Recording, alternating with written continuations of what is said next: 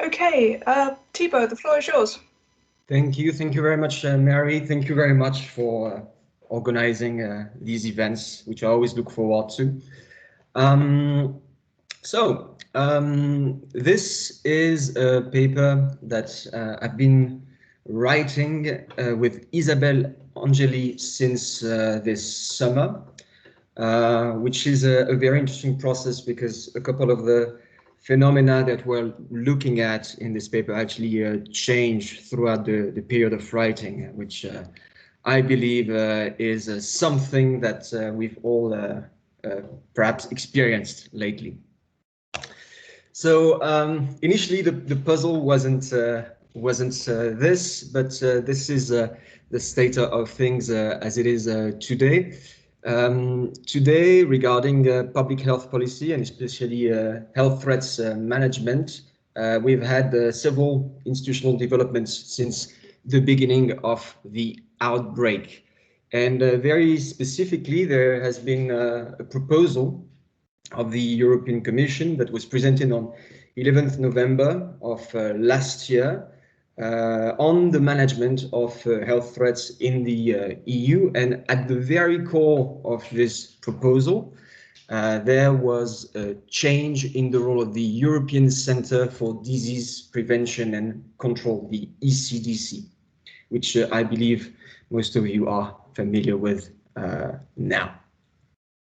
So this is very relevant to the institutionalization process, because by doing so, the Commission is really seizing the opportunity to use the entirety, all the room that there is in the legal texts to build capacity at EU level to foster an increased coordination between the member states.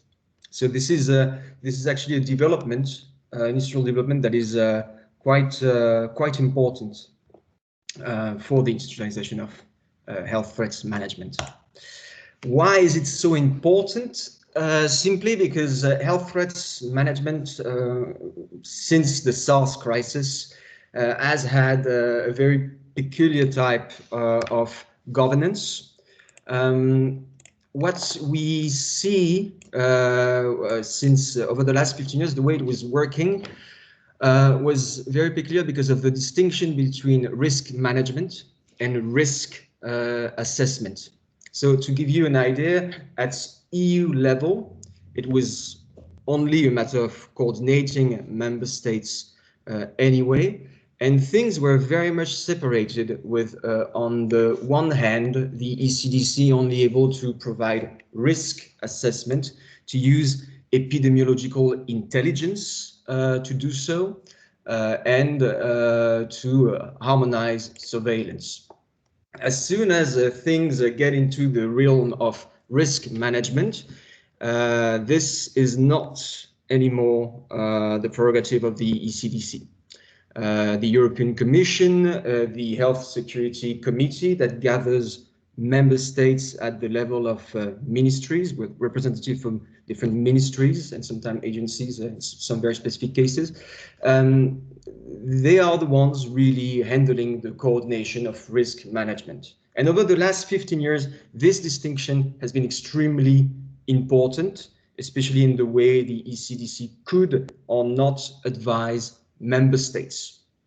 Of course, this is an EU thing. This is not a distinction that we see at the level of member states. At the level of member states, we see the public health agencies that are very much involved in risk management. They always reassert, especially they've been doing so in the last year, they always reassert that they are only advising, but at least they are front stage and they can actually advise. The ECDC over the last 15 years couldn't advise, was not allowed to do so. So this is basically the state of governance as of before COVID-19. So what is going on with this proposal? With this proposal, we will have the ECDC able to actually advise on the management of health threats. And a very simple, intuitive way to look at this is to look at the SARS crisis, the COVID crisis, and think, well, every formal institutional development of the ECDC appears to be the product of a crisis. And this is not something we actually negate. This is definitely, there is definitely a strong link between crisis and formal institutional development.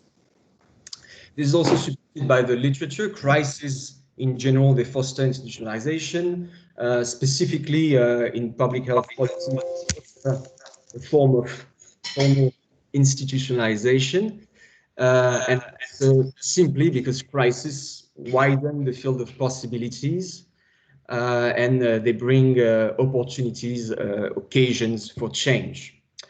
However, and this has been a long question I've been asking to myself and to the data. We do not understand yet the mechanisms that are necessary to explain specific path of institutionalization. In some cases, we have a formal institutionalization. That would be the case for the two crises I've been citing so far. But in some others, we do not see formal institutional development. And there is a question that is both about the specificity of crisis and also about the longer history of the institutionalization of health threat management. Why is it so important to talk about crisis? Simply because collective action is very difficult with respect to communicable diseases in the EU unless a crisis situation. That's not just in the EU, by the way. I think we all realize that with public health, when things are not framed as a crisis, it becomes quite hard to enact change.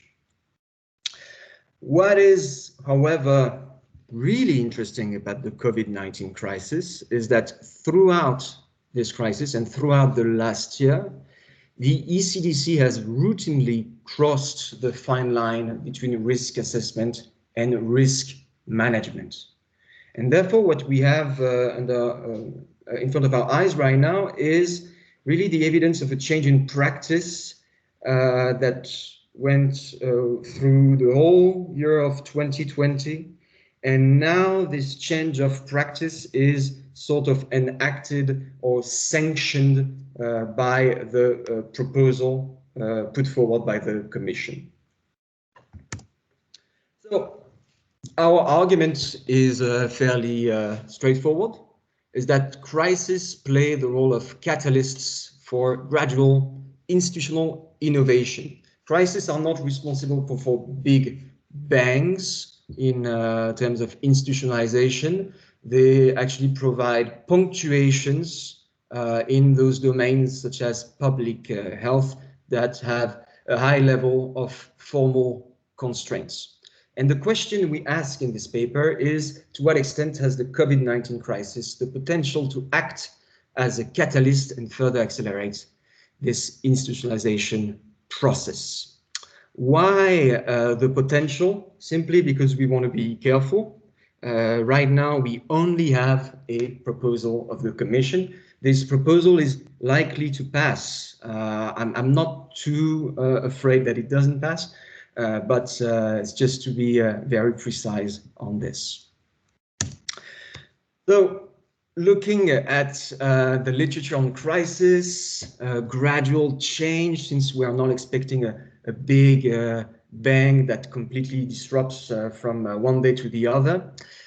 We went to the literature on institutionalization and specifically the literature by Tellen, where she emphasizes that institutional response to exogenous shocks are often evolutionary in the sense of gradual.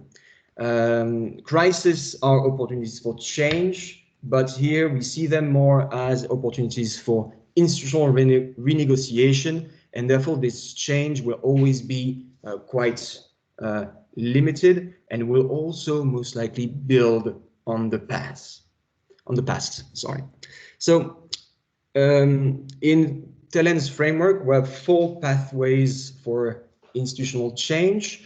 2 of those pathways are really interested in formal change in the rules. This is the case for layering. This is the case for displacement. So displacement would be just a replacement of the rules, complete replacement. A layering is a bit more interesting in our case, sorry, simply because it's about adding rules on top of each other, hence building up. Those pathways for change, they can also take the form of change in practices, and this is the case with conversion or drift. Conversion being that practices actually bring a new interpretation of the rules. Drift would be to maintain the original rules, but their impact, their importance is basically close to zero. We do not use those rules anymore. Also, this literature emphasizes the fact that sequence matters. When we look at those pathways, it is really unlikely that we will find that institutionalization is the result of one of those pathways. It's most likely that it will be the result of a couple of them at the very least. And the sequence matters because since crises are catalysts, they are most likely to sort of make a link between those different institutional changes. For instance, we can imagine that practices, as we have already seen with COVID actually, practices may change prior to the rule change. And at the same time, a change in the rule is more likely to solidify existing practices.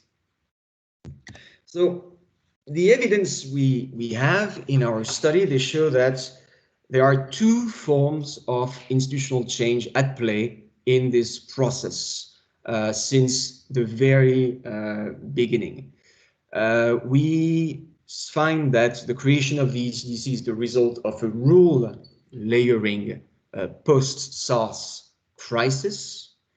We find that the Health Security Committee is formalized through a layering after the 2009 H1N1 crisis. We find that the current Commission's proposal shows also evidence of this layering, constantly adding rule on top of each other rather than being completely disruptive. So this is important, of course, and this is closely linked to the crisis. But what we observe as well is that throughout this process of institutionalization, we will have gradual changes in the form of a conversion process. So practice over the last 15 years, unsurprisingly, I want to say, have changed. Practices have changed. They have reinterpreted rules. What we have observed during the COVID-19 crisis is that a conversion process has been going on for quite a while regarding the division between health threats management and health threats assessments. Basically, this fine line is more and more blurred. And as soon as COVID-19 crisis, this process of blurring the lines through this conversion process. That's a lot of time processes, I'm sorry. But this process has accelerated as soon as the COVID-19 crisis has kicked off. So what we contend here is that the new proposal from the Commission is not just a layering. It's not just the addition of new rules to the existing ones. It is actually articulating sanctioning a change in practice and articulating it with a change in the rules. So we have a conversion process. The crisis happens, accelerates this conversion process, and eventually we have a payoff in terms of this formal institutionalization. two theoretical expectations. The first one being that crisis can play a catalytic role in accelerating change. However, we do not contend that crises determine the outcome. They punctuate, they accelerate longer trends. The second expectation is that crisis must be considered as catalysts that articulate different forms of change. Throughout the 15 years that we held under scrutiny, actually a bit more than 15 years, more than 20 years, we found that once you bring in crisis, there is no single pattern that is repeated over the process of institutionalization. Rather, we see that crisis will articulate between one and the other, some in very different ways depending on the crisis. So our work was based on process tracing. I will go rapidly on this. There's a table that you don't really see much. It's just an adaptation of the table we put on the paper. I just wanted to raise the attention, your attention on documents that may be of use to a lot of you, which are the Health Security Committee flash reports. Extremely interesting documents. They are not exactly minutes, but they bring in a lot of the elements that are discussed between national administrations in the Health Security Committee. And those documents are not big, but there are lots of them because they meet they meet very often these days. So these were very helpful actually in process tracing. So let's look at this institutionalization process. Pre-COVID, we have a SARS crisis that sheds light on the catalytic capacity of crisis for gradual institutional change. As already said, the ECDC was created as a result of the layering of new rules. The agency was added on top of existing initial institutional developments, those surveillance networks that existed in the 90s, and the crisis definitely sped up those plans. Moving forward to H1N1, we find this time actually two forms of institutional change. I've already introduced the second layering in the long-term process. This is the formalization of the Health Security Committee. After the H1N1 crisis, the Health Security Committee has become more autonomous from the Council and therefore more reactive, which is also important to build capacity.